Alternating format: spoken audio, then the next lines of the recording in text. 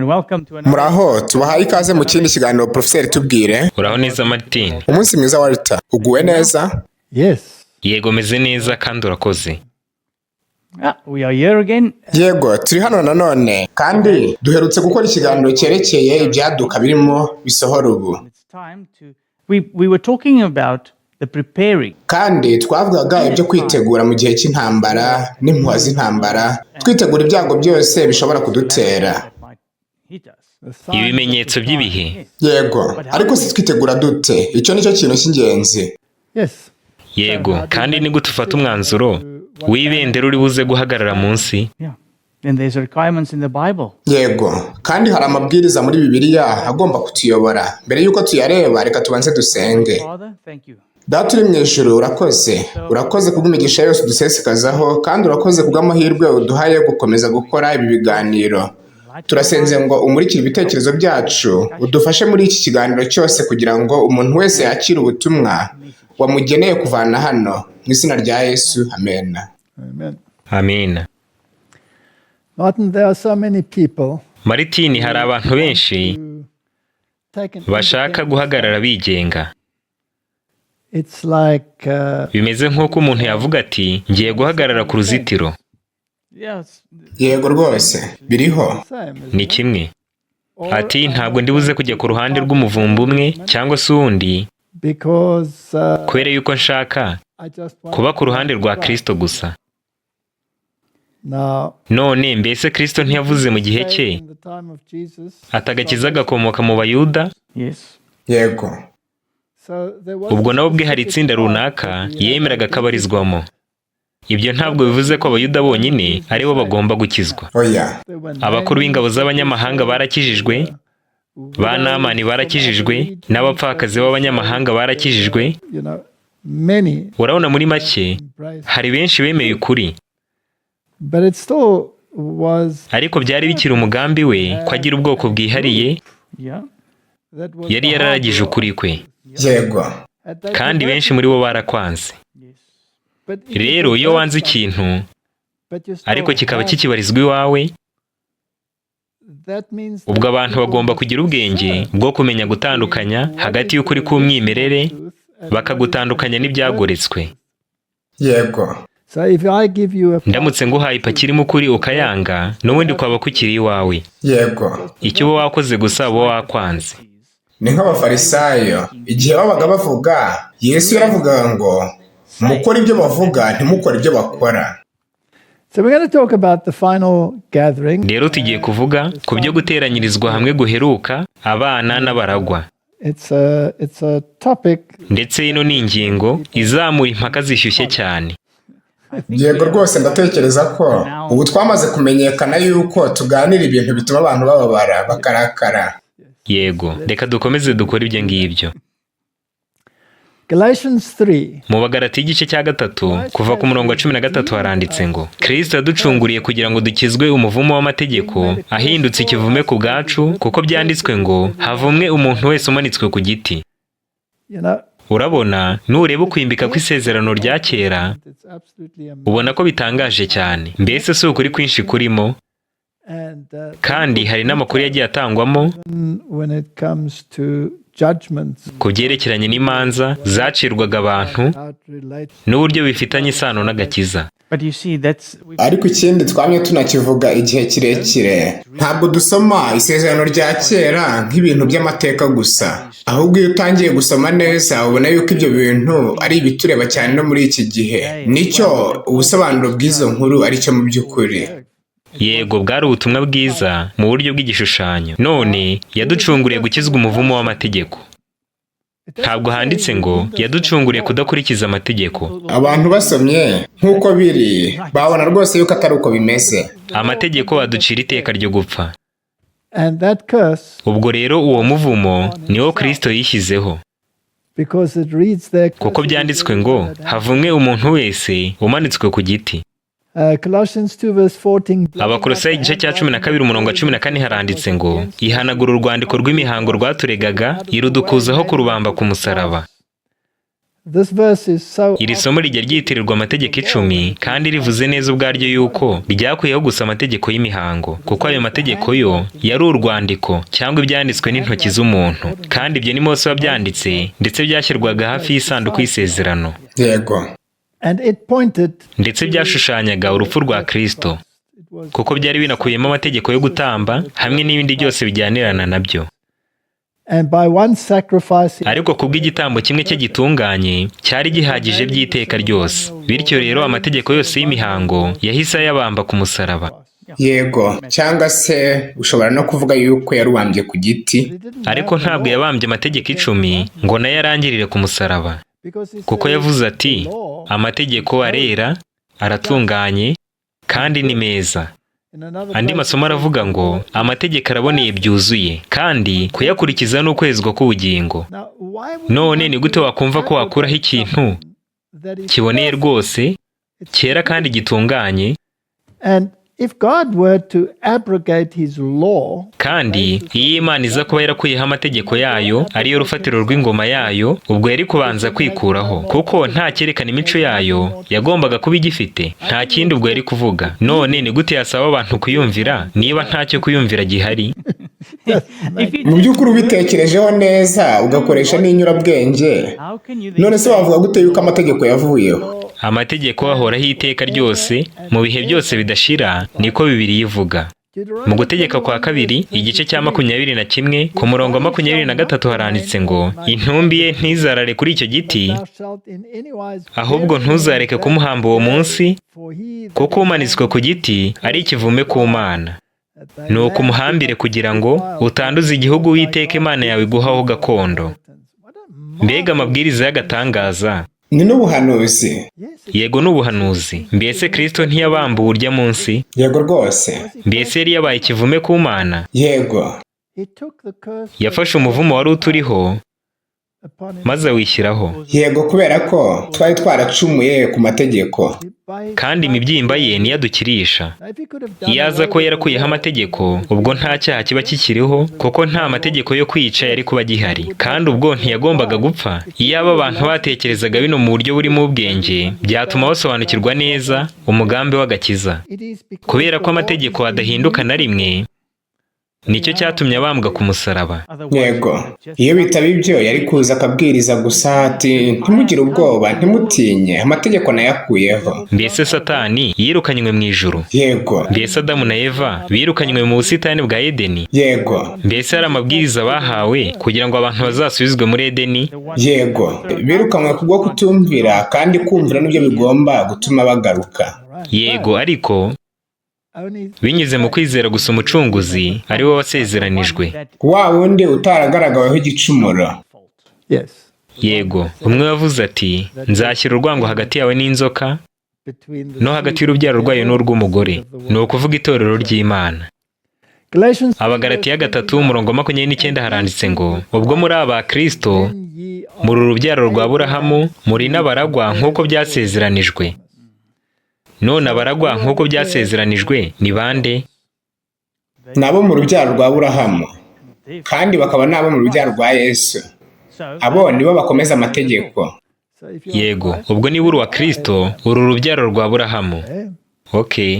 so let's have a look at Reka rero turebe kuri rino jambo rito abaragwa, kandi tugerageze kuritekerezaho cyane twitonze ngo twumve icyo risobanuye. Abaroma igice cya 8 umurongo wa 12 haranditse ngo nuko rero bene data turi mu mwenda, ariko si uwa kamere y'imibiri yacu ngo dukurikize ibyayo, kuko niba mukurikiza ibya kamere y'umubiri you shall muzapfa. Mu yandi magambo nukora icyaha, ibihembo by'ibyaha ni urupfu.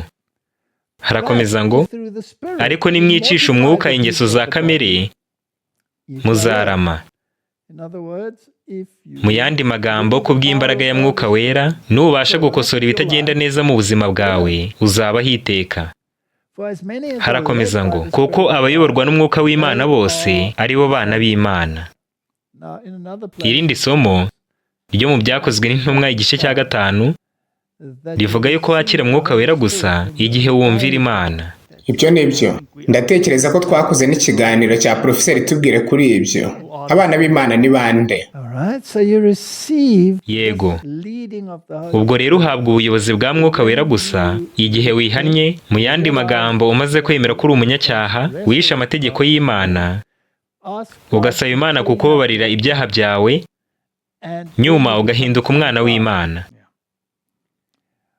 Ku murongo wa 15 haranditse ngo, kuko mutahawe umwuka w'ububata ubasubiza mu bwoba, ahubwo mwahawe umwuka ubahindura abana b'Imana, udutakisha uti Aba Data. Mu yandi magambo umaze kwiyunga n'Imana.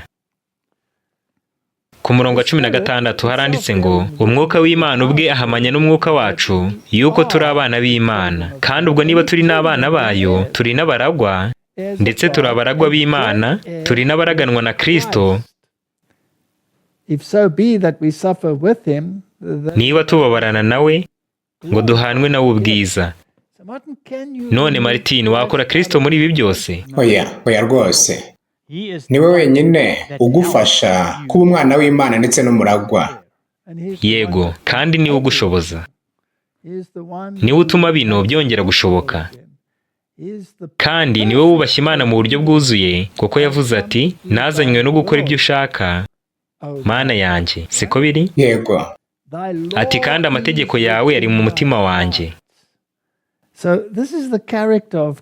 Ubwo rero, ino niyo mico ya Kristo. Ubwo kandi utigeze kumenya icyaha, yishyuye ikiguzi cy'ibyaha byanjye. Ndetse imibyimba ye niyankirisha. Ariko ngomba kwakira ibyo byose binyuze mu kwizera. Okay. Ndetse ninkora ibyo ngibyo, mpita mpinduka umuragwa, uraganwa na Kristo. Mbese amasomo ya mbere twasomye yavugaga kuki? Yavugaga ku mategeko, ko hari n'umuvumo wayo. Mbese ubwo hita ukuraho amategeko? Oya, ahubwo wishyura ikiguzi cy'ibyo asaba. Kandi Imana yishyuye icyo kiguzi ku bwawe, bityo amategeko ntashobora gukurwaho.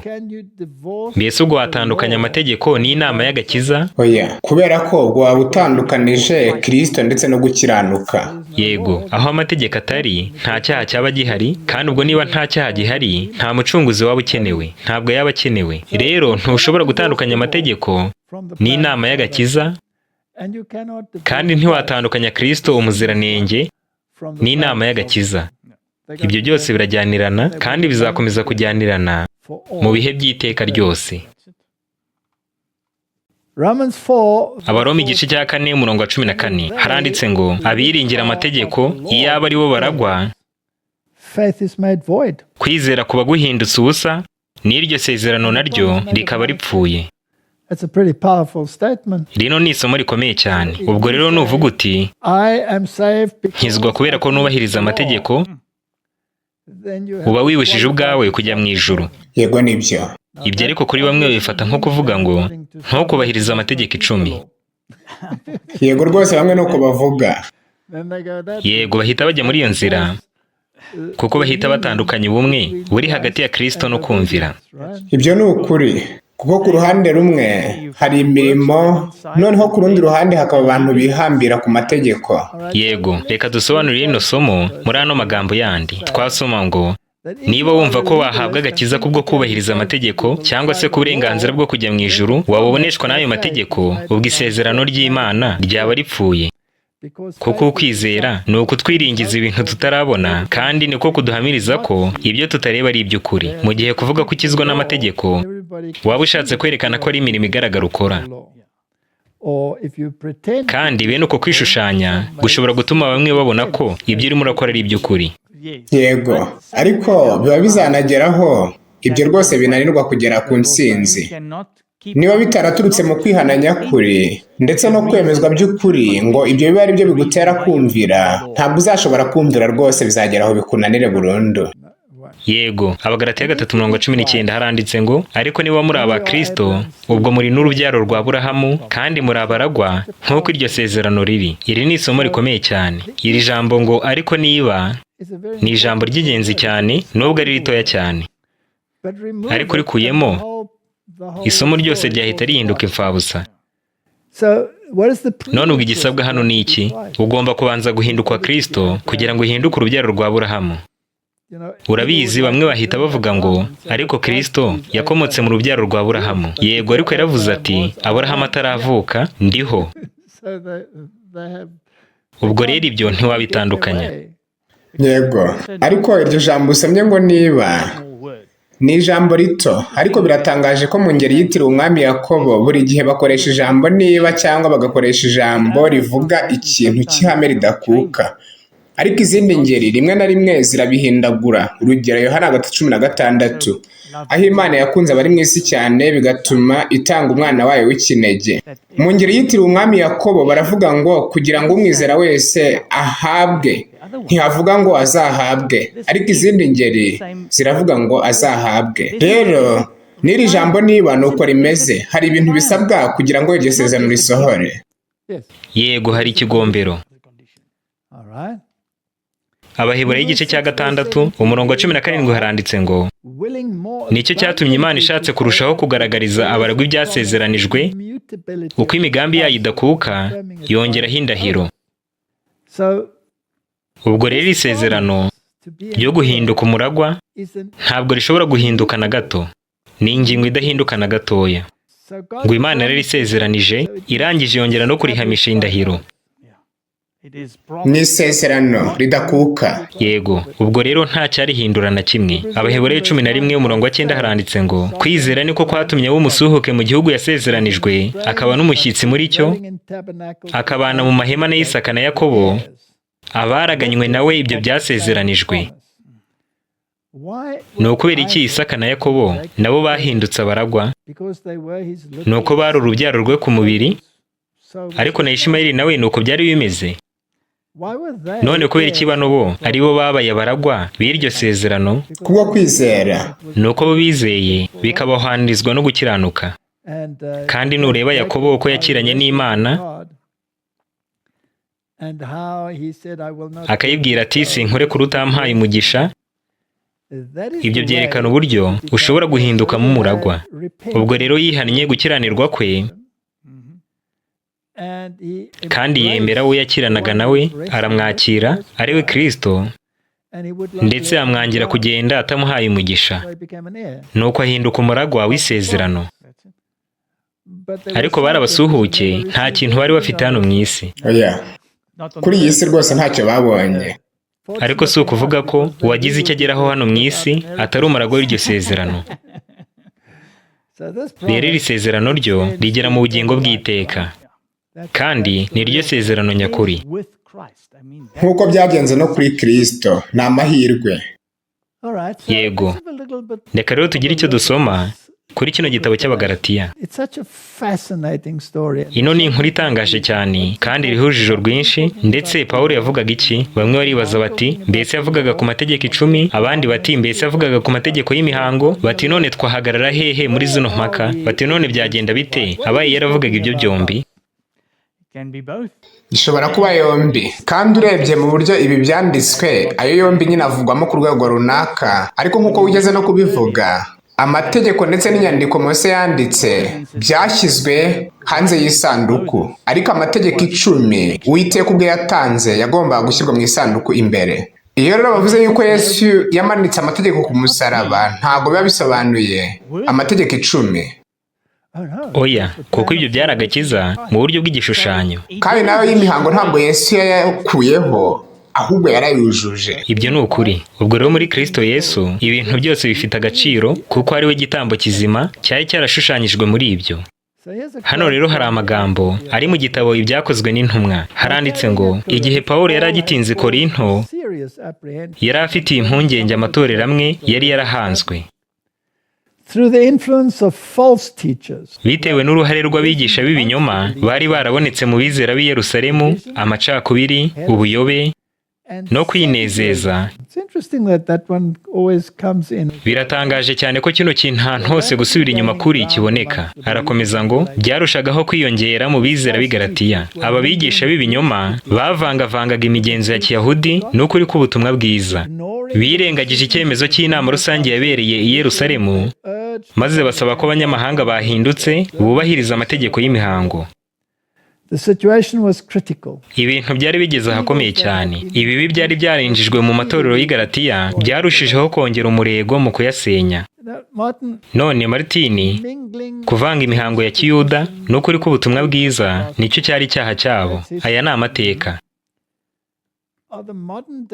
Mbese abo muri kino gihe cyacu bo ntibavanga imigenzo y'abantu n'ukuri k'ubutumwa bwiza? cyane rwose birimo birisubiramo, nta cyahindutse. Yego, ntabwo bijya bihinduka, ahubwo bifata indi ntera, ariko biba ari ikintu kimwe. Harakomeza ngo Pawulo yashengutse umutima kandi abuzwa amahoro n'ubwo buyobe bwari mu bantu yari yarigishije neza amahame y'ubutumwa bwiza. Yahereye ko yandikira abo bizera bari barayobejwe, yerekana inyigisho z'ibinyoma bari baremeye, kandi acyaha cyane bikomeye abarekaga ukwizera. Bino biratugeza nanone muri kino gihe turimo. Iyo ucyashye bikomeye cyane bahita bavuga ko nta rukundo ufite. Niko bavuga bati we nancira urubanza. Yego, bati biducira urubanza. Arakomeza ngo yacyashye bikomeye abarekaga ukwizera. None se ni ukubera iki? Ni ukubera ko atabitagaho cyangwa ahubwo ni uko yabitagaho cyane? Oya, ni uko yarabyitayeho cyane. Kandi ibyo binadusubiza ku bantu bajya baturega bati ntabwo mujya muvuga ku gusubira inyuma kuri mu itorero. Ariko ibyo turabikora. Twebwe tureba icyaha, tureba ibyaha bikorwa, ntabwo tureba cyane ku babikora ngo tubatunge intoki. Oya, ubwo inkweto niba igukwiriye iraba ari iyawe. Rero turwanya rwose gusubira inyuma uko ariko kose ndetse no kuva mu mahame. Ibyo tubirwanya twivuye inyuma, ariko ntabwo twebwe turimo dukora ikintu cyo gutunga intoki umuntu runaka wakoze icyaha. Yego, keretse gusa ari icyaha cyakorewe mu ruhame nicyo kigomba gucyahirwa mu ruhame. Yego rwose nibyo. Urabona rero yuko Pawulo nawe niko yabikoze ku Bagalatiya. Yarabacyashye cyane ariko ntigeze avuga amazina y'abacyaha ngo abandagaze. Oya, nta zina na rimwe yigeze avuga amahangaha muri abo ngabo. Arakomeza ngo amaze kuramutsa Abagalatiya muri aya magambo ati ubuntu bube muri mwe n'amahoro biva ku Mana Data wa twese no ku Mwami wacu Yesu Kristo. Yakomeje abacyaha muri aya magambo ngo ndatangazwa nuko mwimuye vuba mutyo mukareka uwabahamagariye guhabwa ubuntu bwa Kristo mukajya ku bundi butumwa. Nyamara si ubundi ahubwo ni ikindi. Hariho abantu babahagarika umutima bagashaka kugoreka ubutumwa bwiza bwa Kristo. Ariko nihagira ubabwiriza ubutumwa butari ubwo twababwirije, ari twe cyangwa ndetse na marayika uvuye mu ijuru, avumwe. Arakomeza ngo inyigisho za Pawulo zari zihuje n'ibyanditswe byera, kandi Mwuka Wera yari yarahamije imirimo ye, bityo aburira abo bavandimwe be kwirinda gutegera amatwi inyigisho zinyuranye n'ukuri yari yarabigishije. Kandi bamwe bakundaga ibyo binyoma cyane, kugeza no ku rwego bakwica Pawulo aho kubireka. Mbese uyu munsi bwo ntibashaka gukora nk'ibyo? Yego, ni nabyo bari mu uyu munsi, kandi bene abo ubu bari mu isi yose ndetse n'aha dutuye ubwaho, aho bavuga bati ntimugakoreshe inyandiko za Pawulo kuko zinyuranye n'imyemerere yacu, ariyo yo kwizera ibinyoma. Yego. Arakomeza ngo intumwa Pawulo yasabye abizera b'i Galatiya kuzirikana imibereho yabo ya mbere mu buzima bwa Gikristo. Yaravuze ati yemwe Bagalatiya b'abapfapfa, ninde wabaroze kugira ngo mureke kumvira ukuri? Mweretswe Yesu Kristo nk'ubambwe ku musaraba mu maso yanyu. Ibi byonyine nibyo nshaka ko mumbwira. Mbese imirimo itegetswe n'amategeko niyo yabahesheje umwuka, cyangwa nuko mwumvise mukizera? Muri abapfapfa mutyo, mwatangije iby'umwuka none mubiherukije iby'umubiri. Ya mibabaro myinshi mwayibabarijwe ubusa, niba yari iy'ubusa koko. Mbese ibaha umwuka igakora ibitangaza muri mwe, ibikoreshwa nuko mukora imirimo itegetswe n'amategeko, cyangwa nuko mwumvise mukizera? None Martini, Imana yarakwitegereje ibona ukuntu yumvira byuzuye, niyo mpamvu yaguhaye umurimo wo kujya mu ivugabutumwa. Siko bimeze? Definitely not. Oya rwose ntabwo ari uko bimeze. Oya rwose, habe na gatoya. Twese twari twibereye mu by'isi, dukora ibintu byacu byose uko twishakiye. Ikinyuranyo rwose cy'icyo yashakaga. Yego rwose, wigeze kujya ucuranga indirimbo z'isi cyane. ukageza mu gicuku kiri gucuranga. mu gicuku rwose, mu mwijima w'icuraburende. Kandi iyo wananirwaga cyane, umufasha wawe yazaga kugutwara. Njyewe nari umuhakanamana wuzuye, nirirwa mvuma abavuga ko Imana ibaho, nizera ihindagurika. Rero nta murimo wanjye n'umwe navuga ko wankijije, ahubwo yose yari kundimbuza. Nawe kandi niko bimeze. Si natwe twenyine, ni nako kuri buri wese wundi bimeze. Nibyo rwose. Ku isi yose kandi, twese twakoze ibyaha, ntitwashyikira ubwiza bw'Imana. Rero, niba ushobora kumva ko wakizwa n'imirimo yawe bwite, ongera utekereze neza. Kwizera Yesu Kristo byonyine nibyo byaturehereza ku gukizwa. Urwa mbere rw'Abakorinto igice cya 12:3 haranditse ngo, nicyo gituma mbamenyesha yuko ari nta muntu n'umwe ubwirijwe n'umwuka w'Imana uvuga uti Yesu ni ikivume, kandi nta muntu ubasha kuvuga ati Yesu ni umwami atabibwirijwe na Mwuka Wera.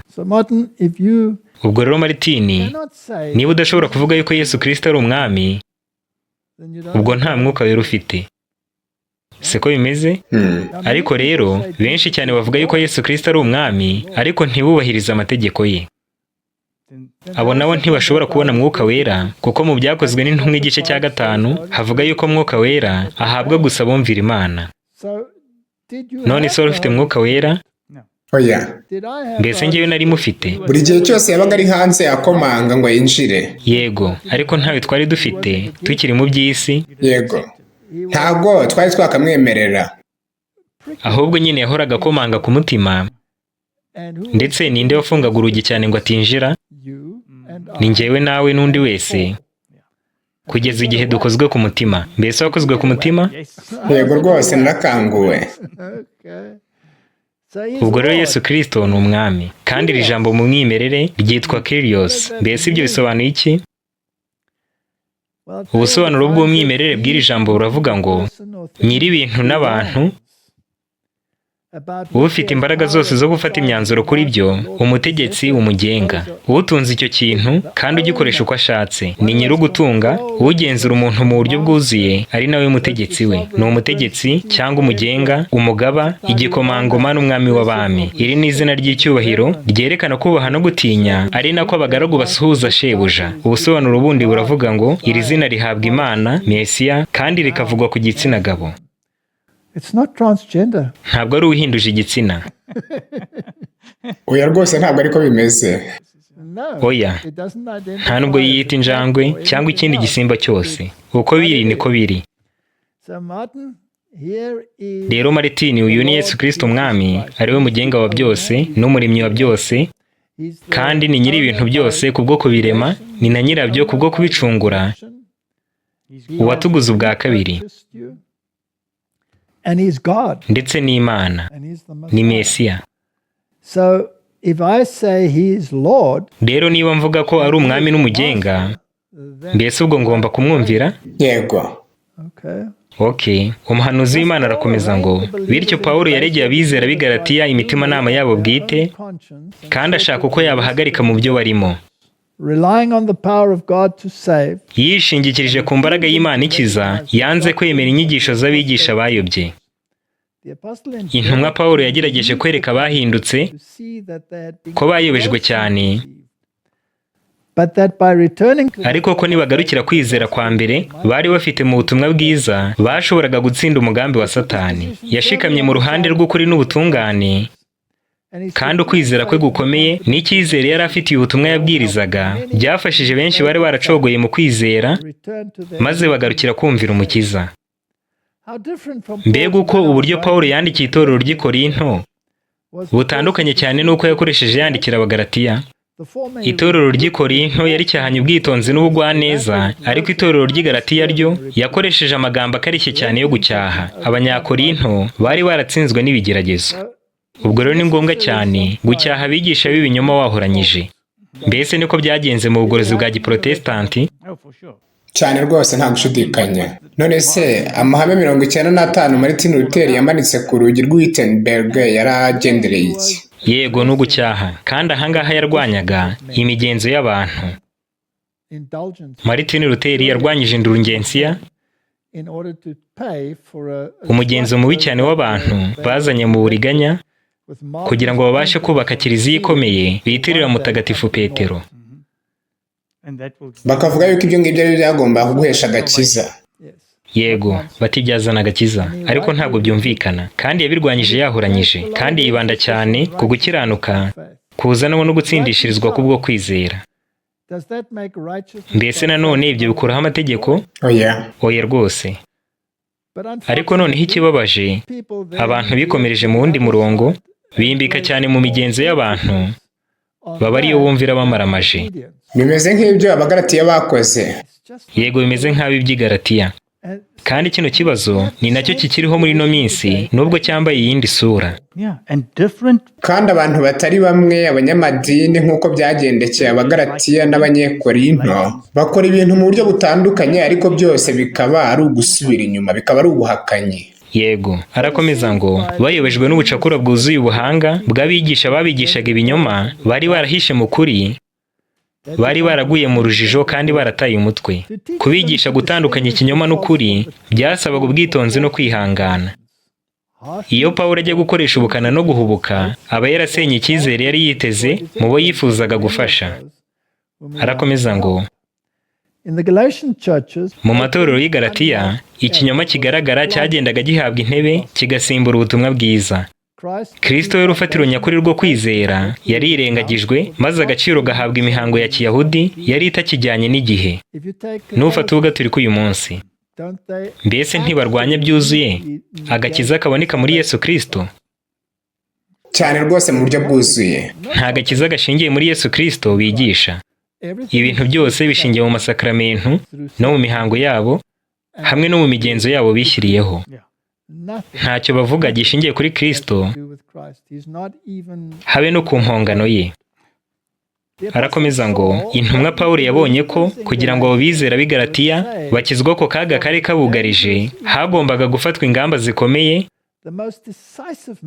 ndetse n'imiburo ikarishye igatangwa. Icyitonderwa, iri ni isomo ry'ingenzi buri mugabura wese wa Kristo agomba kwigiramo hano, ko mu gihe akora umurimo we kugira ngo agere ku ntego, agomba kubanza kureba imiterere y'ababwiriza kugira ngo ibyo avuga bizabyara umusaruro. Dufite isi yose Maritini yafatiwe mu migenzo y'abantu, kandi dufite isi ya giprotestanti yose itakibona ko hari ikinyoma na kimwe kiri mu bugaturika. Bamaze gufatana mu biganza. None ibyo byumvikana bite? Ariko no mu itorero ryacu ni ingenzi ko tumenya iki. Hari ubuhakanyi bwinshi. Nk'umuvugabutumwa ugomba kumenya uburyo uhangana na buri kintu cyose. Yego, kandi nk'umwizera w'itorero ufite inshingano yo kuburira abari mu myanya y'ubuyobozi bagirana ubumwe n'abo ngabo bose banga kumvira amategeko yose y'Imana, hamwe n'ababona ko yari yo nzira yo kujya mbere, mu gihe ibyo bikwiye gucyahwa bikomeye nk'uko Pawulo yacyashye itorero ry'i Galatiya. Hano umuhanuzi w'Imana arakomeza ngo ubugwaneza, kwihangana, gufata ibyemezo no kudahuzagurika byose bikenewe mu buryo bumwe, nyamara ibi bigomba gukoreshwa mu buryo butandukanye. Gukorana neza n'abantu bafite ibitekerezo binyuranye, gukorera mu bihe bitandukanye, ni umurimo usaba ubwenge n'ibitekerezo bimurikiwe kandi byejejwe na Mwuka w'Imana. Ntekereje ibya Salomo wasenze asaba ubwenge, ariko kandi yanasenze asaba umutima uboneye. Imana inamwongerera ubutunzi, nubwo nyuma byaje gutuma ajya mu buhakanyi. Umuhanuzi w'Imana arakomeza ngo mu rwandiko Pawulo yandikiye abizera b'i Galatiya yabagejejeho muri make ibijyanye no guhinduka kwe ndetse n'imibereho ye ya gikristo ya mbere. Mu kwifashisha ubu buryo yifuzaga kwerekana ko yayobowe ku kubona no gusobanukirwa ukuri gukomeye k'ubutumwa bwiza binyuze mu kwigaragaza kudasanzwe kw'imbaraga mvajuru. Pawulo yifashishije amabwiriza yahawe n'Imana ubwayo kugira ngo aburire abagalatiya kandi anabahane mu buryo bwiza. Ntabwo yanditse ategwa cyangwa ashidikanya, ahubwo yari afite ukwizera gushikamye n'ubumenyi bushyitse. Yagaragaje neza itandukaniro riri hagati yo kwigishwa n'umuntu no kwakira inyigisho ziturutse kuri Kristo mu buryo butaziguye. None ibyo byose yarabyanditse kandi dushobora kubisoma. Mbese hari abo bishobora guteza urujijo cyane rwose. Igitabo cy'Abaroma n'icy'Abagalatiya byose nuko bimeze. Mbese Petero ntiyanditse ngo mu nyandiko za Pawulo harimo byinshi bigoye gusobanurwa, ibyo abaswa bagoreka bakizanira kurimbuka. Ariko ukuri nuko iyo byiza witonze usaba Mwuka Wera kugusobanurira, uhita ubona neza isano iri hagati y'amategeko n'ubuntu. Yego rwose, ibyo ngibyo uba ugomba kubyumva nk'uko byanditswe, kandi iyo utangiye kubisoma neza uhita ubibona. Mbese ukizwa no kubahiriza amategeko? Oya rwose, ntabwo ukizwa no kubahiriza amategeko. None se kandi uhinduza ubusa amategeko kwizera? Oya, ntibikabeho, ahubwo amategeko turayakomeza. None kuri benshi, iyo iryo jambo rigeze mu bwenge bwabo, barahangayika cyane, bakumva bitumvikana na gato. Mbese ni gute ukomeza ikintu udakoresha, niba ubwo nta naho bihuriye n'agakiza? If you understand the context, yes. Igihari nuko iyo ubisomye neza nk'uko biri urabisobanukirwa. Nushyira hejuru ijambo rimwe kurirutisha irindi, bigutera kujijwa. Yego rwose, iyo ubicuritse cyangwa se ukaba ushaka kudakomeza amategeko, ushobora gusoma igitabo cy'Abaroma ukumva neza yuko kigushyigikiye. Ariko iyo ushaka kumenya uko wakira, ubona neza yuko amategeko agomba gukomezwa, ariko nk'uko wabivuze ukaba utagomba kuyakomeza kugira ngo ukire cyangwa kugira ngo ukizwe. Yego, ariko uba ukigomba kuyubahiriza, kuko ntawe uzakizwa no kubahiriza amategeko, ariko nta n'uzakizwa yica amategeko. Yego rwose, reka mbivuge neza, kuko abantu bakunda kutwumva nabi, kuko rimwe na rimwe ururimi narwo ruba ikibazo. Icyo mvuga ni iki: ukomeza amategeko ukayitondera kuko wakijijwe, kuko wumva ubikunze, ntabwo yakomeza kugira ngo ukizwe. Mbese ninde ugushoboza no kwifuza kuyumvira? Ni Yesu, kuko kamere y'umubiri wawe iteye mu buryo bwo kuyarwanya. Yego rwose, nta gushidikanya. Nigeze kuba nicaye muri resitora umunsi umwe, nari ntegereje rimwe mu mafunguro ndibuze gutahana, kandi amateleviziyo manini aho ngaho yari arimo araka yose. Byari bigoye kutayareba kuko yari ari imbere yanjye n'ahandi hose. Nuko hari harimo amashusho y'indirimbo, ariko yari yuzuyemo gusayisha cyane. Bituma wibaza ngo ibi ni byo isi ishyize imbere. Ni nako biba bimeze mu bubyiniro. Ugusayisha niko kuba kwibereye aho ngaho hose. Ndetse ushobora kubona neza uko kamere y'umubiri irwanya amategeko y'Imana.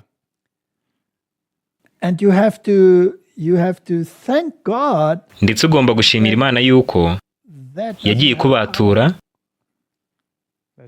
kuko ni ubuzima bw'abantu bungana iki burimbuka bitewe n'uko gusayisha kwabagize imbata, nyamara bikaba ari ibintu byabaye nk'ihame mu isi byerekana ko kamere y'umubiri irwanya gukiranuka kw'Imana, kandi gukiranuka nako kurwanya iby'umubiri byose. Rero bino byose biratangaje cyane. Umuhanuzi w'Imana arakomeza ngo intumwa Pawulo yashishikarije Abagalatiya kwitandukanya n'abayobozi b'abanyabinyoma bari barabayobeje, bityo bakagarukira ukwizera kwari kwaraherekejwe n'ibihamya bitabeshya byo kwemerwa n'Imana. Abantu bari baragerageje kubavana mu kwizera ubutumwa bwiza kwabo bari indyarya, abanduye mu mitima, kandi barangiritse mu mibereho yabo. Maritini ibi bivuze ku bigisha benshi bo muri kino gihe, bakumva yuko bibasiye cyane.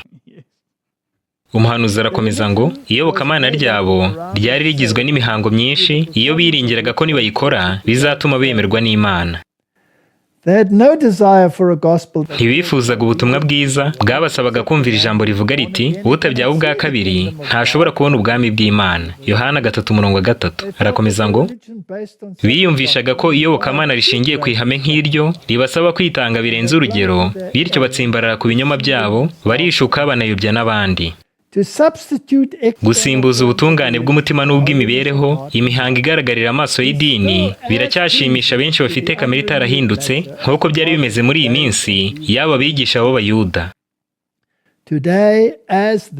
Uyu munsi nk'uko byari bimeze icyo gihe, hariho abayobozi b'ibyamwuka b'abanyabinyoma, abo abantu benshi bategera amatwi inyigisho zabo babishishikariye cyane.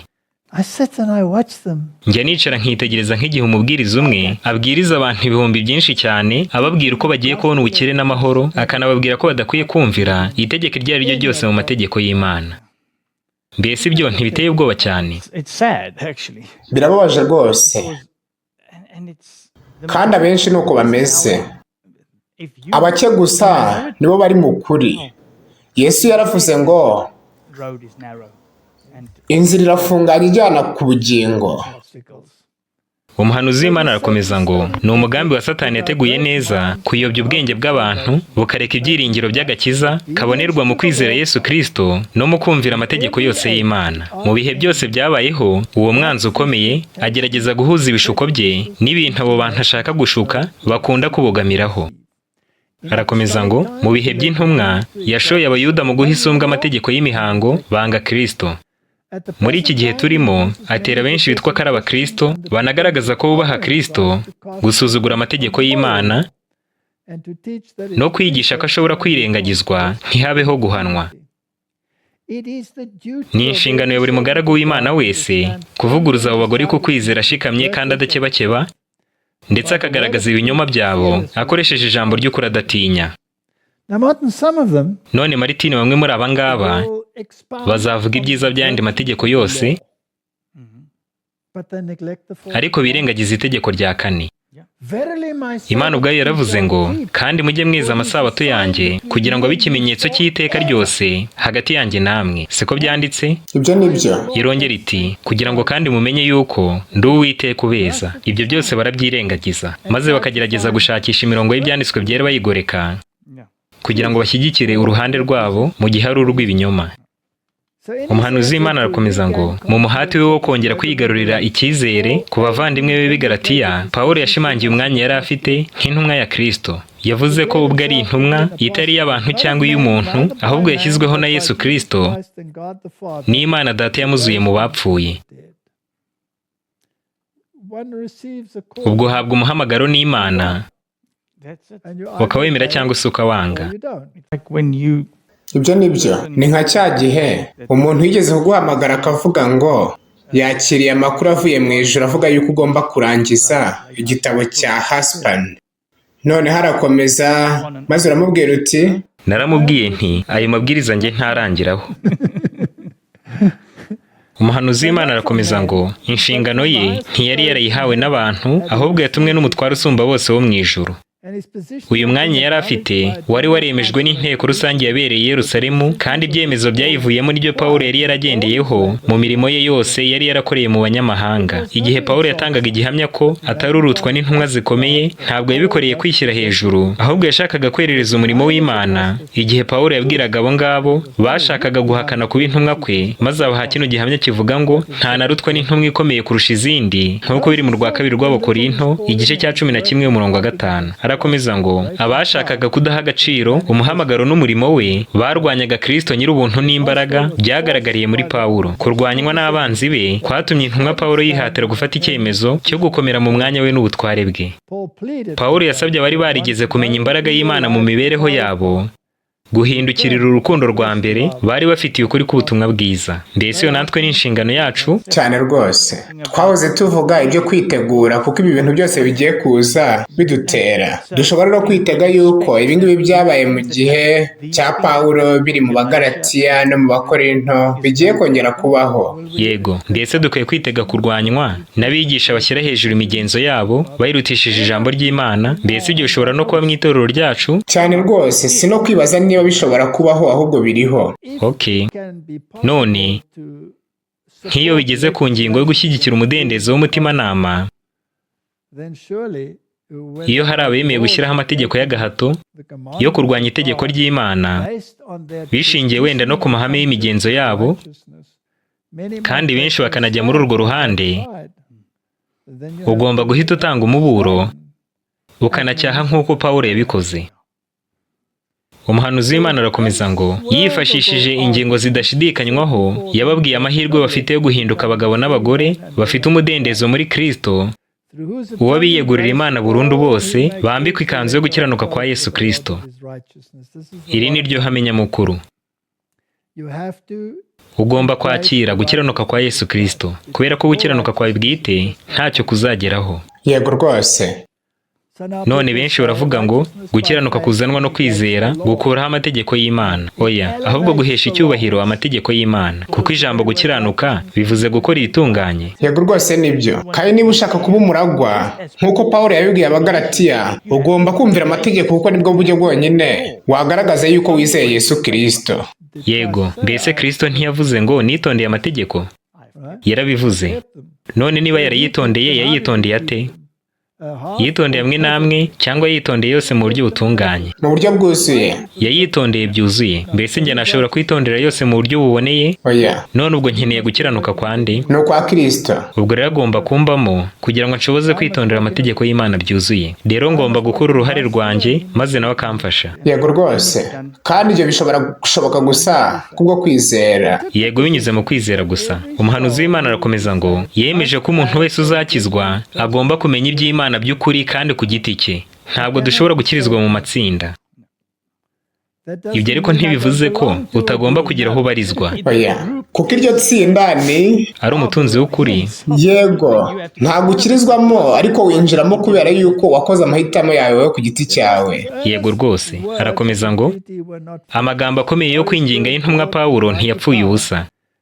Mwuka Wera yakoranye imbaraga ikomeye ku buryo abari barayobye bagarutse ku kwizera ubutumwa bwiza kwabo kwa mbere. Kuva ubwo bakomeje mu mudendezo Kristo yari yarabahaye maze barabaturwa. Babatuye kuki? Ni umudendezo bakesha gucungurwa mu gucirwaho iteka n'amategeko. Yego rwose. Kandi babatuwe uburetwa bw'icyaha. Mu yandi magambo basubijwe mu mubano muzima n'Imana, barabwirwa bati genda ntukongere gukora icyaha ukundi. Ubwo rero bahawe umudendezo na Kristo barabaturwa. Arakomeza ngo imbuto za mwuka zatangiye kugaragara mu mibereho yabo. Izo mbuto ni urukundo, ibyishimo, amahoro, kwihangana, kugira neza, ingeso nziza, kwizera, gukiranuka, kugwa neza no kwirinda. Martin, tugomba kwibaza ngo mbese dukwiye gukunda abantu tubona yuko dukurikije urugero turi kwipimaho tutari kumwe? Yego rwose. Mbese Kristo ubwe yakunze abatari bakwiye gukundwa? Yego rwose. Yego, bimeze bite ku munezero? Mbese uyu ni umunezero w'isi cyangwa ni umunezero dukomora mu kuba twarakijwe tugacungurwa n'Imana? Mbese umunezero wa Kristo ni uwuhe? Si ukwishimira kubona umunyabyaha akijijwe? Yego rwose. Mbese wowe ntiwishima iyo umunyabyaha akijijwe? Yego. Okay, bimeze bite ku mahoro no mu gihe cy'umugaru? Ntabwo ari ya mahoro n'umutekano ibihugu birimo biririmba muri iki gihe. Kandi nishimira yuko wize kwihangana Martin. Ndacyahanyanyaza. Hakazamo kugira neza, ingeso nziza, kwizera, gukiranuka, kugwa neza no kwirinda. Temperance nayo ni kimwe mu byo bamaze kuvuga. Arakomeza ngo izina ry'Imana ryahawe icyubahiro, kandi muri iyo ntara yose abantu benshi biyongereye ku mubare w'abizera. None se ibintu biroroshye? Oya, mu kanya nimvuze ngo ndacyahanyanyaza ariko nabivuze nabi. Ahubwo ngomba kwemerera Yesu kugira ngo amfashe kubonera. Yego, uravuga ukuri. Reka noneho dusubire mu Bagalatiya. Mu gice cya 4 ku murongo wa mbere haranditse ngo ariko ndavuga yuko umuragwa uwo nuragwa isezerano iyo akiri umwana atagira icyo atandukanaho n'imbata nubwo aba ari nyiri ibintu byose. Ku murongo wa 2 haranditse ngo ahubwo ategekwa n'abamurera n'ibisonga kugeza igihe cyategetswe na se. When I was very small, I think I was about 9 or 10. Nkiri umwana muto cyane, mfite imyaka nk'I9 cyangwa 10, twari dufite icyo nakwita umupaka mu nzu. Ababyeyi banjye hari umuntu bari barazanye bamukuye hanze, nuko bamuhindura umwe mu bo tubana. Kandi bidatinze yahise atekereza ko ari inshingano ye gutangira kunyobora. Njye nari mfite imyaka 10 gusa icyo gihe, nuko rero atangira gushyiraho amategeko ngenga, kandi ubwo nayemeraga nyakunze. Oya, narayarwanyaga yose nkoresheje imbaraga zanjye zose nari mfite. Nuko muhimba n'izina ndenzaho ijambo uruzitiro. Nkajya muhamagara nti wa ruzitiro rubi we bite, ni iki gituma umbwira ibyo ngomba gukora nuko ngomba kwitwara hano? The fact of the matter was he was bigger and stronger than I was. ariko ukuri guhari nuko yarandutaga cyane anandusha imbaraga, ubwo rero nahoraga nsindwa igihe cyose, ariko mu maso yanjye He was a servant. namubonaga nk'umugaragu, nyamara akantegeka mu bintu byose. Ubwo rero nubwo namwitaga umugaragu, nahindukaga umugaragu we. Ibi byose rero Martini biba bitangaje cyane. Ku murongo wa 3 haranditse ngo natwe nuko turi tukiri bato twari imbata, dutegekwa n'amategeko ya mbere yahoze mu isi, maze igihe gikwiriye gisohoye, Imana yohereza umwana wayo wabyawe n'umugore kandi wavutse atwarwa n'amategeko. Martin, there goes the Martini, hano niho bamwe bakura ya nyigisho y'ikinyoma ya Mariya wasamye atarakoze icyaha, mu gihe mu by'ukuri wari umwanda w'inyigisho y'ikinyoma ukurikije n'usomo bwaryo. because this woman, Kubera ko n'umugore nawe yari munsi y'umuvumo w'amategeko. so she was not imagined. Ubwo rero ntiyasamye Kristo atarakoze icyaha. None se byari gushoboka bite? Kandi nawe yari akeneye umucunguzi, kandi gucungurwa kuboneka mu maraso ya Kristo gusa. Martini, bino byose birimo ubutumwa bukomeye cyane. Ku murongo wa 5 haranditse ngo kugira ngo acungure abatwarwa n'amategeko, mu yandi magambo abari munsi y'umuvumo w'amategeko, biduheshe guhinduka abana b'Imana. kugira ngo duhinduke abaragwa. Ku murongo wa 6 haranditse ngo kandi kuko muri abana bayo, nicyo cyatumye Imana yohereza umwuka w'umwana wayo mu mitima yacu ngo tuvuge tuti Aba Data. So if I do not have the Son and I do not have the Spirit, Ubwo rero iyo ntafite umwana ndetse n'umwuka wera unshoboza kumvira itegeko ryose ngo mpabwe gukiranuka, ubwo mba ngenewe kurimbuka. Ibi ni nabyo bireba Mariya nawe yavutse atwarwa n'amategeko, kandi uburyo bwonyine yagombaga gukira ni ukwemera amaraso ya Kristo. Ku murongo wa 7 haranditse ngo nicyo gituma utakiri imbata ahubwo uri umwana, kandi rero ubwo uri umwana uri n'umuragwa w'Imana ku bwa Kristo. it's a beautiful doctrine. Ino ni inyigisho nziza cyane y'agakiza. He continued, Ku murongo wa 8 yarakomeza ngo icyakora icyo gihe kuko mutari muzi Imana, ye did service unto them which by nature mwari imbata z'ibitari Imana nyakuri. But now, after that, Ariko none ubwo mwamenye Imana, kandi cyane cyane ubwo mwamenywe nayo, aya ni amagambo yanditse neza cyane.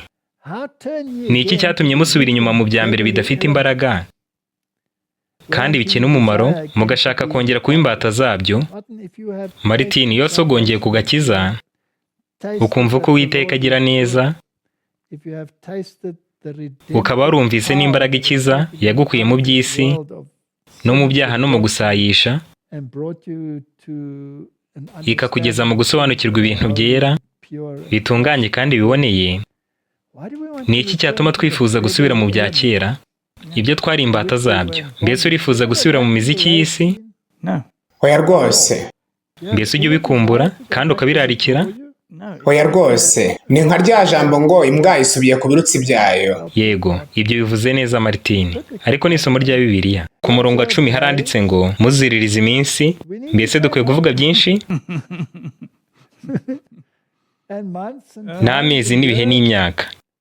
how many festivals have we had lately? Mbese ubu ni iminsi ingahe mikuru duherutse kugira? N'amezi bita amezi matagatifu n'ibihe by'iminsi mikuru n'ibindi bimeze bityo. Kandi ikibabaje usanga abizihiza iyo minsi mikuru y'ibyarangiye n'abizihiza amezi matagatifu adafite aho yanditse n'ibindi bihe nk'ibyo ngibyo bagushinja kuba ari wowe ubikora, kandi kuri iyo minsi bakaba biteze ikintu gikomeye, icyo batabona ahubwo bagasubira mu buzima bwabo busanzwe. Ku murongo wa 11 haravuga ngo ndatinya yuko hari ibyo nabakoreye naruhijwe n'ubusa.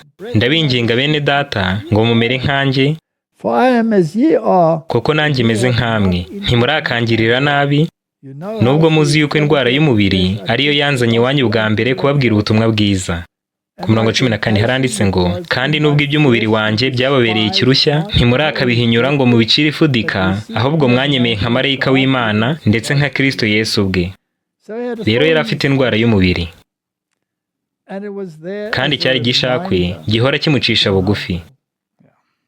Martin, Martini, ngufitiye amakuru. I've got a few. Nanjye hari amahwa make mfite. Ku murongo wa 15 haranditse ngo ariko none kwa kwishima kwanyu kuri he? Ndabahamya yuko muri icyo gihe iyo bishoboka muba mwaremeye kwinogora amaso mukayampa. Martini, mbese ntihari kitaragendaga neza ku maso ye? Yego, kuko cya gihe Kristo amaze kumuhumisha umucyo we yakomeje kubyibuka. Yego, kandi byatumaga yandika mu nyuguti nini ngo abashe gusoma neza ibyo yanditse. you know, Ubanza njye ntabishobora. fly with him. Ku murongo 16 haranditse ngo mbese mpinduye umwanzi wanyu nuko mbabwira ukuri, babandi barabikundisha nyamara si mu buryo bwiza, kuko icyo bashaka ari ukubakingiranira hanze kugira ngo namwe mubone uko mubihakirizwaho. Icyakora byaba byiza ko mukundwa cyane mukundiwe mu byiza, atari igihe ndi kumwe namwe gusa, ahubwo iminsi yose. Bana banjye bato, abo nongera kuramukwa kugeza aho Kristo azemerwa muri mwe. Kristo muri twebwe ibyiringiro by'ubwiza. None Maritini, iyi mihango yose n'ino migenzo yose isirimo ntawe izashobora gukiza. Ahubwo ugomba kugirana ino sano n'Imana, ukihana ukemera Kristo, kandi ugomba kwiyoroshya imbere y'Imana. Bivuze ko umutima wawe ugomba kumeneka ukagwira kuri rutare. Mbese ni iki kigomba kumenekera kuri rutare? Umuntu wa kera. Ubwibone bwawe bugomba kumenekera kuri rutare, umujinya wawe ukamenekera kuri rutare, urwango ugirira ibintu byose byiza rukamenekera kuri rutare narwo, ibintu byose bikamenekera kuri rutare. Ikintu cyose gishingiye ku narijye, ikintu cyose ukunda, ikintu cyose utekereza ko udashobora gutsinda, yego, bigomba kumenekera kuri rutare. Bigomba kumeneka rwose, bigasandara mu buryo bidashobora kongera kuzuka. Kuva ku murongo wa 20 haranditse ngo icyampa nkaba ndi kumwe namwe ubu ngo noroshye ijwi ryanjye, kuko mpeze mu rungabangabo ku bwanyu. Abashaka gutwarwa n'amategeko nimumbwire. Mu yandi magambo, ubwo n'abashaka gukizwa biturutse ku byo bakora. Mwebwe mwe mugerageza kumvira amategeko no kuyakomeza kugira ngo mukizwe. Ibyo bivuze neza. Arakomeza ngo ntimurasobanukirwa n'amategeko, kandi ko ari mu bubata n'abana bayo, kuko byanditswe ngo Aburahamu yari afite abahungu babiri. Uru ni urugero rwiza yatanze. Umwe yari uw'inshoreke, undi yari uw'umugeni. Uw'inshoreke yavutse nk'uko iby'umubiri bigenda. Ibyo nta kwizera bisaba, ahubwo bisaba imirimo gusa. Naho uw'umugeni yavutse kubw'isezerano. Ibyo birimo umugani, kuko abo bagore bameze nk'amasezerano abiri. Rimwe ryavuye ku musozi wa Sinayi ribyarira ububata, ubwo n'abashaka kuvuga ko bakizwa binyuze mu mategeko, ari ryo rigereranywa na Hagari. Aba ni abavuga ngo binyuze mu mirimo yanjye nzabasha kwikiza. Kandi ibyo byahereye kuri Kayini. Yego, ku murongo wa 25 haranditse ngo ari we kandi ugereranywa na wa musozi wo muri Sinayi wo muri Arabiya, kandi usobanurwa ngo Yerusalemu ya none, kuko iri mu bubata hamwe n'abana bayo. Ariko Yerusalemu yo mu ijuru niyo mugeni, niyo mama wa twese. Urabona, bamwe bahita bavuga bati dore bino biravuga ko amategeko yavuyeho. Cyane bati yavuyeho. Oya, ahubwo agakiza gashingiye ku mirimo niko katazagukiza. Ku murongo wa 27 haranditse ngo kuko byanditswe ngo ishime ngumbi itabyara, tera hejuru uvuge cyane utaramukwa, kuko abana b'inyungwakazi ari benshi baruta b'inkundwakazi. Ubwo rero wamenekeye kuri rutare kandi akizera niwe wabonye abana benshi. Ni ukuvuga ko abanyamahanga bahindutse kubwo kumva ubuhamya bw'ubutumwa bwiza ni benshi cyane kuruta ab'Abisiraheli b'umwimerere. Arakomeza ngo nuko rero bene data, namwe muri abana b'isezerano nk'uko Isaka yari ari. Ariko nk'uko icyo gihe uwabyawe n'umubiri yarenganyaga uwabyawe n'umwuka, na n'ubu niko bikimeze. Nta kigeze gihinduka uhereye mu gihe cya Kayini na Abeli. Yego rwose, kugeza n'uyu munsi nta cyahindutse. Ababyawe n'umwuka baracyarenganywa n'ababyawe na kamere. Yego, ku murongo wa 30 haravuga ngo mbese ibyanditswe bivuga iki? Biravuga biti senda inshoreke n'umuhungu wayo, kuko umuhungu w'inshoreke atazaraganwa n'umuhungu w'umugeni. Nuko rero bene data, ntitukiri abana b'inshoreke, ahubwo turi ab'umugeni. Bamwe rero bafata ibi mu buryo bugaragara bakazana ibibazo by'irondaruhu. Mbese ntibibabaje Maritini ko batumva ririya jambo rivuga ngo ibyo birimo umugani? Mbese bikwiye kureberwa mu bigaragara? Oya, ahubwo bigomba kukwereka yuko ahantu hose ibi bintu bishobora kumvwa. None Maritini, ibi bikwiye kwigishwa neza muri zino nyigisho z'ibinyoma nyinshi ziri mu isi. Mbese impamvu nyamukuru ya kino kiganiro ni iyihe? Impamvu nyamukuru ni iyi ngiyi. Ugomba kumenya isano iri hagati y'amategeko n'agakiza, n'isano iri hagati y'ubuntu n'ubutabera. Ntushobora kwirengagiza ubutabera igihe icyo ari cyo cyose. Hari icyigisho nifuza kwigisha mu gihe cya vuba, ndacyagikoraho, kandi reka mbabwire inshamake y'ibirimo. Navuze muri icyo cyigisho yuko muri ino si yacu hari abantu benshi cyane bifuza ko habaho ubutabera. siko bimeze? yego. Ahantu hose uhasanga abataka basaba ubutabera, but there is no justice. ariko nta butabera buri mu isi. Take the war. Nureba intambara iri muri Gaza, On either ku mpande side zombi of the zihanganye, divide, there is a huge barataka cry. cyane basaba ubutabera. If you take the issue of Nureba ku ngingo y'ibyiyangizwa ry'abana, there is a huge hari benshi cyane bari gusaba ubutabera. If you take the injustice Nureba akarengane kenshi kari mu isi, in the world, ndetse no mu nkiko zica imanza ubwazo, there is a huge cry. urabona ko hari benshi cyane basaba ko habaho ubutabera. And some people Kandi benshi are bakatirwa n'inkiko imyaka irenga 40 cyangwa se 50 mu gihe baba bazira ubusa. and they think Maze bamwe bakibwira yuko amafaranga y'indishyi y'akababaro bahabwa ahagije kubahoza ako karengane baba baragiriwe. Dushimira Imana yuko yo idashobora gukora bene ayo makosa. I thought about Nuko rero naribwiye nti, everybody buri muntu wese uri mu isi has this byanze bikunze yumva icyo ubutabera nyakuri ari cyo. Mbese aho harimo n'abahakana Imana? cyane, kandi nawe yaba ashaka ubutabera. Yego, nabo bashaka ubutabera, ariko azabubona? Oya rwose si mu buryo ashaka. Oya, ntabwo ari mu buryo ashaka. Hari igihe aba yumva nta butabera abona, kubera ko yibwira yuko namara gupfa ibyo bizaba birangiye by'iteka. so he has a Ubwo rero aba ashaka ubutabera bwose akiri mu isi, ariko ntanabubone. which is Ibyo ariko ntibyumvikana.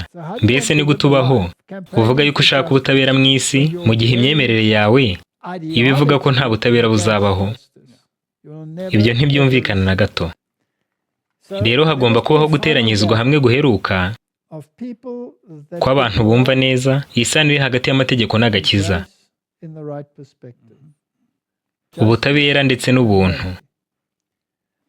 So if we can None turimo turagera ku mwanzuro w'ino ngingo. this matter, would you agree, Martin, Mbese Martine wakwemera yuko kuno guteranyirizwa hamwe guheruka the end kwatangiranye n'irangira ry'igihe kirekire cyane cya gihanuzi, Yego. the 2300 day ari cyo myaka 2300, icyo nyuma yacyo hatazabaho igihe ukundi? Yego rwose. Ibyo ntabwo bivuze yuko isi iri kuzaba igeze ku musozo, ahubwo igihe cya gihanuzi nicyo cyari kuba kigeze ku musozo. Ubwo buhanuzi rero bwarangiye mu mwaka w'844. Nyuma rero y'umwaka w'844 nta kindi gihe cya gihanuzi kizongera kubaho, ahubwo hazabaho gusa ibikorwa bya gihanuzi. Nuko rero umuvumba uheruka uturutse mu itorero riri mu butayu ugomba kuba ari uwo bitondera amategeko y'Imana kandi bafite guhamya kwa Yesu. Mbese ibyo nibyo muri Bibiliya? Cyane rwose mu byahishuwe 12 na 14 niko havuga. Yego, bagomba kwigisha ubutumwa bw'abamarayika batatu kandi bakayobora ijwi rirenga riheruka mu isi yose. Ubwo rero nta wundi muvumba ugomba kuboneka nyuma y'uyu nguyu, kuko ijwi rirenga rigeza ku gihe cyo kugaruka kwa Yesu Kristo. Mbese ibyo urabyemera? Cyane rwose. Ni itsinda ry'abategereje bo mu gihe cy'imperuka guhera mu 844. Nta wundi muvumba uzakurikira uyu.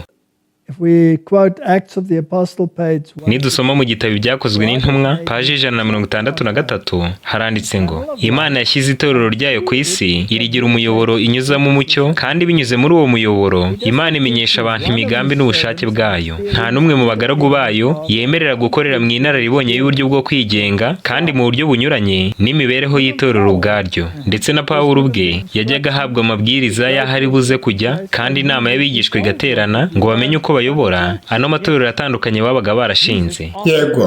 Yesu amaze kumubonekera we ku giti cye yahise amwohereza mu itorero. Yego, arakomeza ngo nta n'ubwo iha umuntu umwe ubwenge bwo kumenya ubushake ifitiye itorero ryayo ryose, maze ngo itorero ari ryo mubiri wa Kristo rirekerwe mu mwijima.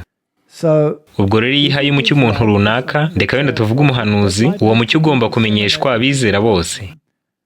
and the prophet Kandi abahanuzi bari bagenewe itorero. in his providence Arakomeza ngo mu buhanga bwayo ntagereranywa Imana ishyiraho abagaragu bayo ngo bakorane n'itorero ryayo kugira ngo bigirire icyizere gike, and ahubwo biringire cyane abandi Imana ikoresha whom he's kugira ngo bateze umurimo wayo imbere. work. So Ubwo rero Imana ifite itorero. Cyane. Hano hari amagambo ari mu gitabo cy'ibihamya ku itorero muri volume ya 5 paje 292 haranditse ngo ibyo mwene data D yita umucyo biragaragara ko ntacyo bitwaye kandi birasa naho ntawe bishobora kugiraho ingaruka, ariko bene data ubwo n'ubushukanyi bwa Satani burimo burinjira mu marembo. Ibi byarageragejwe inshuro nyinshi zitandukanye. Umwe yemera igitekerezo runaka gishya kandi cy'umwimerere gisa naho kitarwanya ukuri, avuga kuri cyo kandi akabana nacyo kugeza ubwo kuri we gisa cyambitswe ubwiza kandi ari ingirakamaro, mu gihe Satani nawe afite ububasha bwo gutuma icyo kintu kibi kigaragara gutyo. Bwa nyuma na nyuma iyi hinduka ingingo iganirwaho igihe cyose ikagirwa ikintu nyamukuru ibindi byose bigomba kuba bishingiyeho, ni uku kuri kukirukanwa gutyo mu mitima. So Martin, is it possible that within the church, Brother A and B or C or D. None Martini, birashoboka cyane ko mu itorero mwene data A cyangwa B cyangwa C cyangwa D ashobora gutangira yinjiza ingingo runaka kandi akatsimbararaho cyane, yewe itari n'ingingo igaragara ko ari mbi, ariko ugasanga itesheje abantu umurongo wo kubwiriza ubutumwa bwari bukenewe cyane kubwirizwa muri kino gihe. Cyane rwose nta gushidikanya, kandi ibi nibyo duhora tubona ahubwo bibaho buri gihe. Turebye urugero Daniel 11, Daniel 12, umwami w'ikasikazi n'uw'ikusi, icyo ntabwo ari ikibazo mu by'ukuri kirebana n'agakiza, ariko iyo bitinzeho cyane igihe cyawe cyose ukagishora mu kuvuga ibyo bintu bishobora kugutera ibibazo. Yego, hamwe n'indi nyigisho yose iyo yaba ari yo yose n'ibindi byose bitangaza abantu, icyo ari cyo cyose gikura abantu ku butumwa bwa marayika batatu ari nabwo dusabwa kubwiriza muri kino gihe, ishobora no kuba ari ingingo izanwe mu itorero. Mbese ubwo nkwiye kurivamo kubera ibyo ngibyo? Oya, ugomba kumera nka Pawulo akosora itorero ry'i Galatiya kugira ngo atume ibintu bigenda neza, kandi ukababurira, naho nibatumva nyuma na nyuma Imana izakubwira ikindi cyo gukora. Martini, umuhanuzi w'Imana, yakomeza ngo iyo abantu bahagurutse bakavuga ko bafite ubutumwa bukomotse ku Mana, nuko mu cyimbo cyo guhangana n'abatware n'abafite ubushobozi n'abategeka isi y'umwijima, ahubwo bakarima ingabo bakerekeza intwaro zabo zose kurwanya itorero riri ku rugamba, mukwiye kubitondera. None bino bisobanuye ko utagomba gucyaha ibibi biboneka mu itorero? Oya, ibyo rwose ntabwo ari byo aya magambo atubwira. Bwira inzu ya Yakobo ibyaha byayo, ntukwiye kureka gukora ibyo. Yego, ntabwo uba werekeje intwaro zawe ku itorero igihe urimo uvuga gusubira inyuma kwaryo ndetse n'ibyaha biririmo, ariko iyo ugiye hariya hirya ukirirwa urangurura ukuntu itorero ryasubiye inyuma, ubwo uba ufite ikibazo gikomeye cyane. Kandi bamwe mu itorero bashobora kujya mu buhakanyi, ariko niwitandukanya naryo bivuze ko witandukanyije n'uwo mubiri. Arakomeza ngo abo ngabo ntibaba bafite ibyangombwa by'ijuru. Imana ntabwo yigeze ibikoreza bene uwo mutwaro w'umurimo, baba bari gusenya icyo Imana yifuza kubaka binyuze mu butumwa yahaye itorero ry'i Laodikiya. Bino biratangaje cyane Martini, kuko ubutumwa bwahawe Laodikiya buravuga ngo nukomeza kuba akazuyazi ndakuruka. None reka tubivuge neza, kuko abantu bajya baturega yuko uwavuze yuko abantu ngo bagomba kuguma mu itorero bityo ko bagomba kuguma mu Laodikiya mu kugira akazuyazi. Umubura itorero ry'i Laodikiya ryahawe ni ukuva mu kazuyazi. So, in other words, Martin, mu yandi magambo Martini, umuhanuzi w'Imana arakomeza ngo Imana nta butumwa yigezeho umuntu n'umwe bwo gucogoza cyangwa gutuka itorero ryayo. Iryereka ibyaha byaryo, ikaricyaha kandi ikarikuraho inkamba, ariko ibikorera gusa kugira ngo irigire rizima, bityo bwa nyuma na nyuma ribashe kuba ryemewe nayo. None Martini, tugomba gutegereza Imana ikaba ari ubwayo yikorera ishungura. So the Lord lays upon Rero Uwiteka yaraduhagurukije kugira ngo tuvuge ubutumwa bwo kubwira abantu, ariko Uwiteka niwe wenyine ushobora kugira icyo akorera ubwoko bwe muri ibi bihe byose. Yego, bitari ibyo twaba turi gukora umurimo utari uwacu kandi imbere y'igihe. Arakomeza ngo mbega ukuntu mu mutima wanjye nishimye ubwo nahabwaga amakuru aturutse mu nteko nkuru rusange ko imitima myinshi yiyoroheje kandi igatsindwa, ndetse benshi bakatura bicishije bugufi, nuko bagasukura imyanda bakayikura ku nzugi z'imitima yabo, ariyo yatumaga umukiza atinjira. Mbega uko nishimiye kumenya ko benshi bakiriye Kristo nk'umushyitsi mukuru uhoraho. Martini, ndinde wo gucira urubanza kuriya muntu runaka azakira Kristo cyangwa se atazamwakira? Ibyo birekera Imana. Arakomeza ngo mbega uko zino nyandiko zisebya itorero ry'Abadiventiste munsi wa karindwi zivuga ko ari Babuloni zakwirakwijwe cyane hose. Muri icyo gihe iryo torero ryari riri kwakira isukwa rya Mwuka Wera w'Imana. mbega uko abantu baba barayobejwe cyane igihe batekereje yuko ijwi rirenga rikubiyemo guhamagarira abantu b'Imana kwitandukanya n'iri torero ry'Abadivantisite b'umunsi wa karindwi riri guhabwa ibihe by'ihemburwa. Mbega uko aba bantu bayobejwe bari bakwiye kumenya ukuri nyako kubiriho maze bakakira umugisha ndetse bagakomezwa n'imbaraga iturutse mu ijuru. Aya magambo ubu ngubu agiye kubabaza abantu benshi cyane. None ntabwo ndi kuvuga yuko abagize rino torero ryose ubu ngubu bari guhabwa uyu mugisha, ndetse nakomeje kubivuga neza nti ushobora gusenga kugeza ubwo amavi yawe akoboka, ariko nudahindura icyerekezo kibi urimo urasengera Imana ubusa. Nutava mu miterere y'i Laodikiya ukanga kugura izahabu yatunganirijwe mu ruganda, ariko kwizera nyakuri kuzana gukiranuka kwa Yesu Kristo kwagaragariye mu kumvira amategeko yose y'Imana, atari n'amategeko 10 gusa, ahubwo harimo n'amategeko yose y'ubuzima. Icyo gihe numara kweza inzu yawe nibwo ushobora gusenga usaba gusukirwa Mwuka Wera, wa wundi uhabwa gusa abumvira Imana. Ni nabwo kandi ugomba kwitega ihemburwa. Ariko nutumvira ibyo byose Imana itegeka, hazazishungura rwose. Nibyo. Yego. Umuhanuzi w'Imana arakomeza ngo, nanone ndongera kuvuga ko Imana itavuganye n'intumwa iyo ari yo yose yita itorero ryitondera amategeko y'Imana ko ari Babuloni. Ni ukuri koko hari urukungu mu masaka, ariko Kristo yavuze ko azohereza abamarayika be bakabanza kurundanya ingano maze bakanahambira imirama igiye gutwikwa, nuko izo ngano zigashyirwa mu kigega cy'Imana. Nzi yuko Imana ikunda itorero ryayo, ntirikwiye kubuzwa gahunda cyangwa ngo ricagagurwemo uduce duto twigenga. Nta kuri na guke kuri muri ibyo ngibyo, kandi nta n'igihamya na kimwe cyerekana yuko ibyo ngibyo bigomba kubaho. Abazemera buno butumwa bw'ikinyoma kandi bakagerageza no gutera abandi kwemera gutyo bazaba bayobejwe, bityo babe biteguye kwakira ibishuko birushijeho gukomera bizatume bahinduka abadafite umumaro. Hari bamwe mu bizera b'itorero bibona, bumva ko bihagije, bashikamye mu kutizera ndetse banga kureka ibitekerezo byabo bibi, bishobora kurema ibihamya byinshi cyane byerekana ko ubutumwa Imana yahaye itorero ry'i Laodikiya ari ubw'ukuri koko. Ariko ibyo ngibyo ntabwo bikwiye gucagaguramo itorero ibice ngo biribuze gukomeza kubaho. Nimureke urukungu n'amasaka bikurane kugeza mu gihe cy'isarura. Ubwo nibwo abamarayika ubwabo bazakora umurimo wo gutandukanya. Martin, kubera ko mbona ubuhakanyi ntabwo nkwiye kwiruka, kuko nta rindi torero rizakurikira rino. Ndetse na Pawulo ntiyarivuyemo. Mbese ni bande bari inyuma y'ubuhakanyi bwabayeho nyuma y'inama nkuru yateraniye i Yerusalemu n'abayobozi? Mbese Pawulo yavuye mu itorero kubera ibyo? Oya, ntabwo ariko bibikoze. Ubwo rero itorero ni umucyo w'isi. Umuhanuzi w'Imana arakomeza ngo, nubwo hari ibibi byinshi biri mu itorero ubu ngubu, bizakomeza kuba bityo kugeza ku iherezo ry'isi. Itorero muri kino gihe giheruka rigomba kuba umucyo w'isi, yahumanijwe kandi ikazimirira mu cyaha. Itorero ry'irinyantege nke kandi rifite ibizinga, rikeneye gucyahwa no kuburirwa no kugirwa inama, nicyo gikoresho cyonyine kiri mu isi icyo Kristo yitayeho cyane kurusha ibindi byose. Martin, hano ni amagambo atangaje cyane. Cyane rwose, ni amagambo akomeye. Yego. Arakomeza ngo, ino si ni nko mu ruganda aho ubufatanye bw'abantu n'abanyabubasha baturutse mu ijuru bakorera hamwe.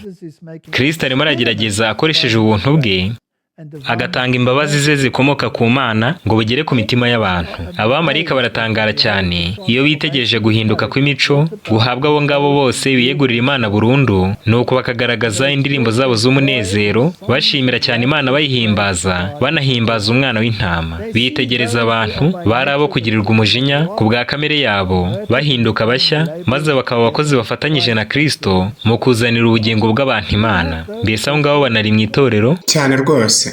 Dufite n'abahakanyi bari mu itorero. Yego.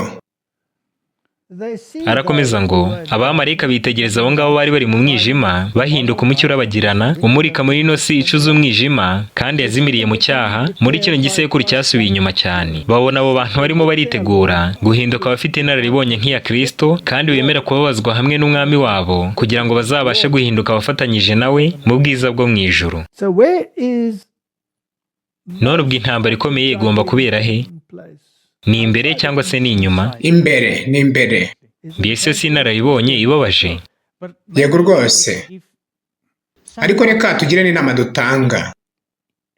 Aho kugira ngo ujye winjira mu ntambara n'amakimbirane mu itorero, wowe jya uvuga ubutumwa bw'abamarayika batatu buvuga cyane cyane kuba hanze y'itorero. Ibyo bizakurinda intambara z'imbere mu itorero.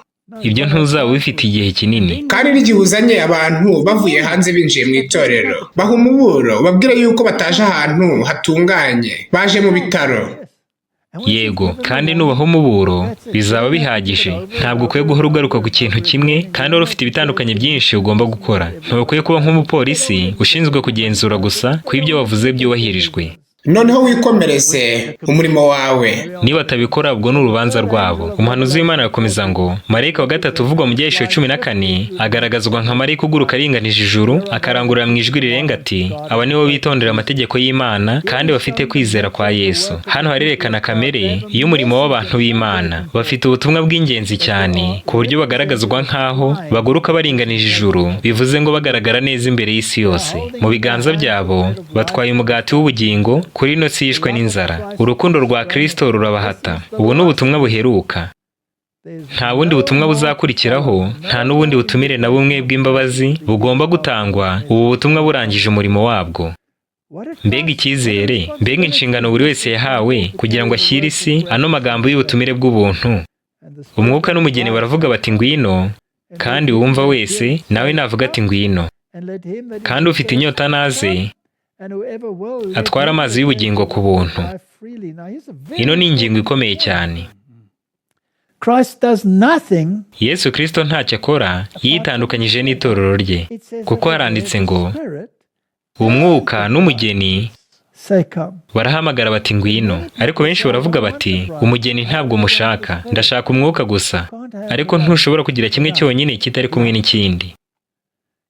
Umuhanuzi w'Imana arakomeza ngo Uwiteka yatangaje ko amateka ya kera azongera kwisubiramo ubwo dusatira isozwa ry'umurimo. Ukuri kose yatanze muri ino minsi y'imperuka kugomba kongera kwamamazwa mu isi yose. Buri nkingi yose yashyizeho igomba gukomezwa, ntabwo ari ukuyishyira hasi. Martini arakomeza ngo ubu ntabwo dushobora gusenya urufatiro Imana ubwayo yashyizeho. Ntabwo dushobora kwinjira mu yindi mikorere mishya kuko ibyo byaba bisobanuye ubuhakanyi bwo kwanga ukuri. Nizere yuko umwuka w'ubuhanuzi usobanutse neza. Ibi bintu rwose biba bigaragara ku buryo nta muntu umwe utabibona. Niyo mpamvu bagerageza kuvanaho umwuka w'ubuhanuzi kugira ngo bakomeze basubire inyuma. Yego, niba ukuri kwarashinzwe, uko wagerageza gusenya urwo rufatiro kose ruba rwarashinzwe kandi ruba rugihari. Umuhanuzi w'Imana arakomeza ngo iyo imbaraga y'Imana ihishuye ukuri uko ariko, uko kuri kuba kugomba guhagarara igihe cyose nk'ukuri. Nta bitekerezo na bimwe bigomba kuza nyuma birwanya umucyo Imana yatanze ngo byemerwe. Mbese ibyo bivuze yuko bitazemerwa? Oya, ntabwo rwose ariko bivuze. Igihe cyose Satani akiriho, ibyo bitekerezo bibi bizemerwa. Arakomeza ngo abantu bazahaguruka bafite ubusobanuro bw'ibyanditswe byera kuri bo bavuga ko ari ukuri, nyamara mu by'ukuri atari ukuri. Ukuri kugenewe kino gihe Imana yakuduhaye nk'urufatiro rwo kwizera kwacu. Yo ubwayo yatubwiye ukuri cyari cyo. Umuntu umwe azahaguruka n'undi ahaguruke bavuga ko bafite umucyo mushya maze barwanya umucyo Imana yatanze kandi kugahamywa na mwuka wayo wera. Dufite abayobozi muri kino gihe bavuga ngo ibyo twizera ni ibyo mu kinyejana cya 19 kandi by'ibinyoma. Niyo mpamvu navuze ko bashaka kuvanaho umwuka w'ubuhanuzi kubera ko atabemerera ibyo barimo bashaka kwizera. Ntabwo ariko nitaye ku byo bavuga. Mbese wo byitayeho? Oya rwose, kuko ukuri kuzakomeza kuba ukuri uko byagenda kose. Yego, ndetse bamwe muri bo babivugiye ku mugaragaro, abandi basubiza kuri ibyo bibazo ku mugaragaro. ariko ntacyo bazampinduraho nk'uko nanjye hari ubwo ntashobora no kubahindura, ariko ibyo ntibindeba. Mbese nkwiye kuva mu itorero kuko abo bantu baba bafite imyanya y'ubuyobozi? Oya, bafitiye impuhwe n'agahinda ahubwo akenshi. Arakomeza ngo hari bakeya bakiriho bungukiye mu nararibonye twanyuzemo kuno kuri kugishingwa. Imana mu buntu bwayo bwinshi yatumye ubuzima bwabo buramba kugira ngo bakomeze kubona iyo nararibonye mu buryo bwisubiramo kugeza ku iherezo ry'ubuzima bwabo, nk'uko iyo nararibonye isa n'iyo intumwa Yohana yanyuzemo kugeza ku iherezo ry'ubuzima bwe. Kandi abatwaye ibendera ry'ukuri nubwo bamwe bapfuye bakwiye gukomeza kuvuga binyuze mu gucapwa kw'inyandiko banditse. Naho amabwiriza y'uko uko ariko amajwi yabo agomba gukomeza kuvuga, bagomba gukomeza gutanga ubu buhamya kuko aribwo bugize ukuri kw'iki gihe. Reka kino nacyo nkivuge hano Martin. Because these standard bearers, kuko abangaba batwaye ibendera ry'ukuri bafatanyije n'ababwirije buno butumwa kino gihe, mbese bisobanuye ko bumvaga ukuri kose? Oya, tugomba kwemera gusa ibyo bavuze bihuje na Bibiliya n'ibihamya by'umwuka w'ubuhanuzi. Okay, so whatever has been said in the past, ubwo rero ibyavuzwe byose kera ntabwo ari ubutumwa bwiza uko byakabaye, keretse gusa niba bihuje n'icyo Bibiliya n'umwuka w'ubuhanuzi bivuga. Kandi inshuro nyinshi cyangwa se buri gihe byahoze bigenzurishwa umwuka w'ubuhanuzi kugira ngo byemezwe niba ari iby'ukuri cyangwa se atari iby'ukuri. Yego, mbese hari abahinduye ibyo bizeraga. Ubwo rero ugomba gusoma ingingo banditse mbere ukayigereranya n'iyo banditse nyuma. Ibyo bihora ari ingenzi buri gihe. Kandi itorero rigizwe n'abantu batandukanye. And then sometimes even people that had the kandi rimwe na rimwe n'abantu bahoze bavuga ukuri bashobora kukuvamo. Correct. Yego.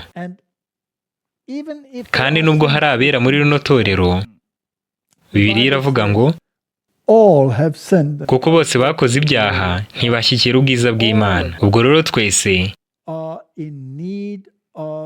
dukeneye ubuntu bw'ijuru. Twese dukeneye kugura izahabu yatunganirijwe mu ruganda, kandi nta muntu n'umwe buno butumwa butareba. Ubwo rero tugumye kwiyoroshya maze tubone neza yuko natwe dukeneye ubuntu bw'Imana nk'abandi bose bayobejwe. Kandi buri wese asengere mugenzi we, tubashe gufatanya turi munsi y'ibendera ry'Imana, dutegereze igihe nyir'ibisarurwa azitandukaniriza urukungu n'amasaka kugira ngo ijwi rirenga nirisoza tuzabashe kumenya uri ku ruhande rw'Imana. Ariko wikwicara ntacyo ukora, vuga ubutumwa, genda ubwirize ubutumwa bw'abamarayika batatu. Yego, bwiriza ubutumwa kandi igisha ubutumwa. Reka dusenge. Data uri mu ijuru, ino ngingo igomba kuganirwaho ibihe byinshi cyane. Ndetse mwami, numva neza ko ino ntambara izakomeza kubaho kugeza ku iherezo ry'ibihe. Ariko ndakwinginze mwami ngo umurikire ubwenge bwacu kandi utugire nka Pawulo twohereze ku bandi, bityo duhishurire abantu ukuri kw'iki gihe. Mbisabye mu izina rya Yesu Kristo. Amen. Amen.